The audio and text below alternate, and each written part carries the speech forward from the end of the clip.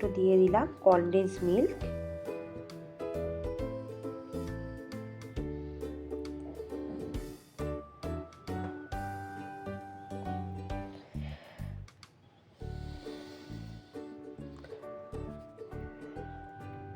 এক চামচ, যাতে ক্রিমি ভাবটা আসে, আরও টেস্টি হয়।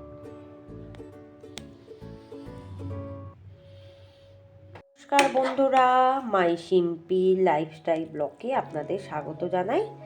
আশা করি ভালো আছেন, সুস্থ আছেন। আমি শীতকালে একটি নতুন স্বাদের রেসিপি নিয়ে চলে এসেছি আজকে। সেটা হচ্ছে গাজরের হালুয়া, যেটা সবারই খুব লোভনীয়। আর আমার রেসিপি মতো বানালে আরও বেশি টেস্টি হবে। সবাই কিন্তু কম বেশি বানান বাড়িতে, কিন্তু আমার রেসিপি মতো বানালে আরও টেস্টি হবে। চলুন তাহলে সুন্দর রেসিপিটি আমি আপনাদের কাছে শেয়ার করি। 5টা মতো গাজর নিয়ে নিয়েছি। গাজরটাকে এই গ্রেটারের সাহায্যে আমি গ্রেট করে দেবো। ধুয়ে নিয়েছি ভালো করে।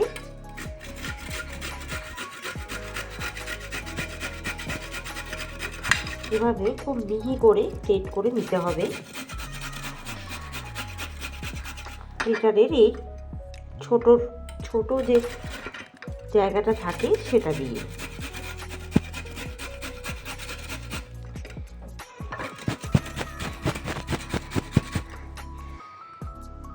আমার পুরো মিহি করে গ্রেট করা হয়ে গেছে। এবার চলুন এটাকে কিভাবে আমি রান্না করি সেটাই দেখাবো। প্রথমে দিয়ে দেবো কড়াইতে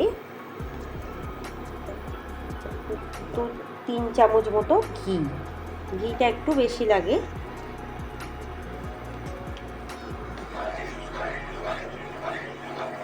ঘিটা একটু চারিদিকে স্প্রেড করে নেবো। বেরোচ্ছে। এবার দিয়ে দেবো আমি এই গাজরগুলো।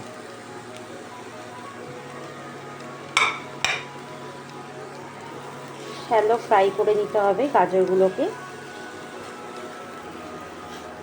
লো টু মিডিয়াম ফ্লেমে রেখে।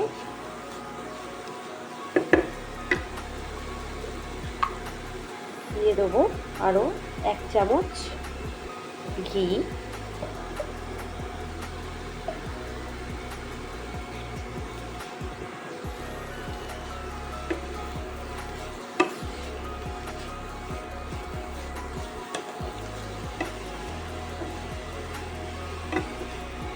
ভাজতে ভাজতে যখন গাজরের কালারটা চেঞ্জ হয়ে যাবে, তখন আমি বাকি দুধ, মিষ্টি, খোয়া ক্ষীর সব অ্যাড করব। গাজরের কালারটা চেঞ্জ হয়ে গেছে। এবার দিয়ে দেবো আমি এর মধ্যে 100 গ্রাম মতো খোয়া ক্ষীর। খোয়া ক্ষীরটা দিলে কিন্তু খেতে আরও টেস্টি হয়।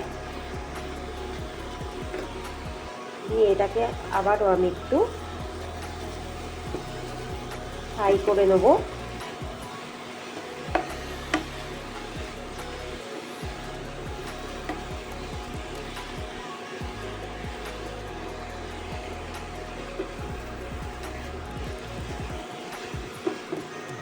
অনেকে কিন্তু গাজর বেটেও করেন, কিন্তু এরকমভাবে গ্রেট করে নিলে কিন্তু গাজরের স্বাদ আরও বহুগুণে বাড়ে।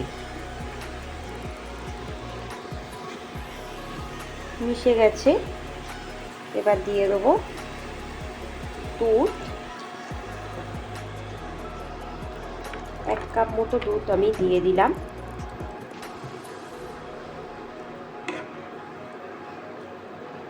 যাতে গাজরটা সিদ্ধ হয় তার জন্য।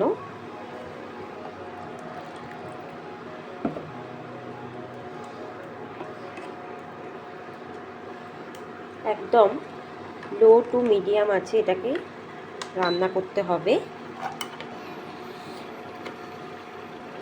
দিয়ে দেবো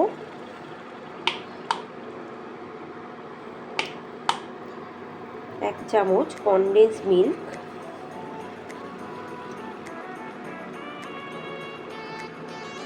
আপনারা কনডেন্স মিল্ক যদি বাড়িতে না থাকে সেই পরিবর্তে আপনারা কিন্তু দিয়ে দিতে পারেন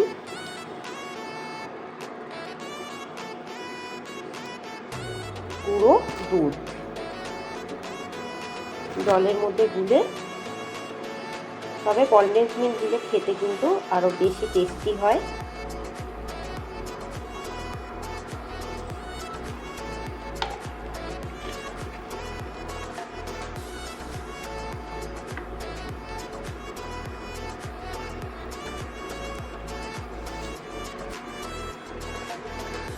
দিয়ে দেবো 50 গ্রাম খেজুরের গুড়।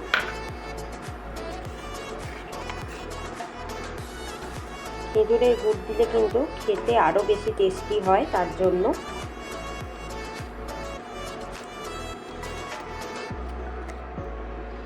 দিয়ে দেবো চিনি 2 চামচ।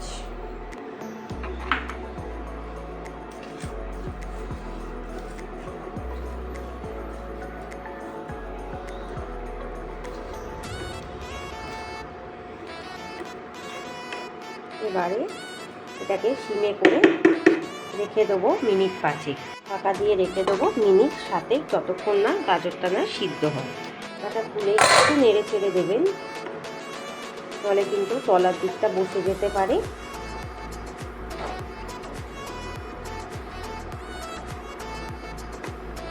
খুব সুন্দর একটা কালার চলে এসছে। এবারে জাস্ট গাজরটা সেদ্ধ হয়ে গেলে আর একটু শুকিয়ে গেলে তারপরে কিন্তু নামাবো।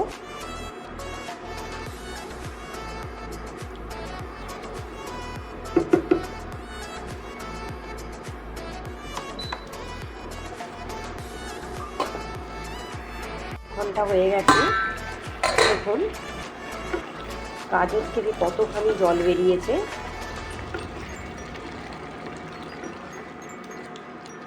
এই জলটা কিন্তু একদম মরিয়ে নিতে হবে, নাহলে কিন্তু হালুয়ার স্বাদটা ভালো লাগবে না। একদম মাখা মাখা করে নিতে হবে।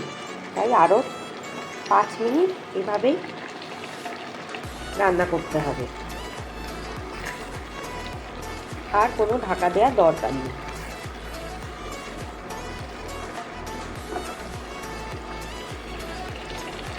আমরা কিন্তু গাজরের হালুয়া রেডি। এভাবে নামিয়ে নেব, কারণ জলটা কিন্তু শুকিয়ে যাবে।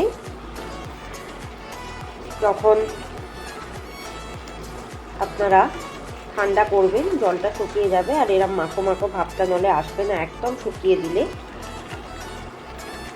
যদি আমার রেসিপি মতো এইভাবে গাজরের হালুয়া করেন, ভীষণ টেস্ট হবে, খেতেও খুব ভালো হবে। যদি ভালো লাগে এই রেসিপিটা অবশ্যই কমেন্টের মাধ্যমে জানাবেন। বেল আইকনে ক্লিক করে রাখবেন, যাতে ভিডিও ছাড়ার সাথে সাথে আপনাদের কাছে সরাসরি পৌঁছে যায়। আর আমার চ্যানেলে কিন্তু সাবস্ক্রাইব করার অনুরোধ রইল। ভালো থাকবেন, সুস্থ থাকবেন, সাবধানে থাকবেন, আমার চ্যানেলে চোখ রাখবেন। ব্যাস আমার রেডি শীতের সবথেকে মোস্ট ফেভারিট সবার গাজরের হালুয়া।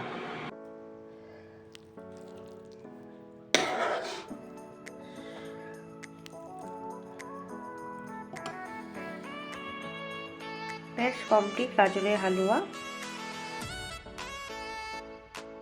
বানিয়ে খান, আরও ভালো লাগবে।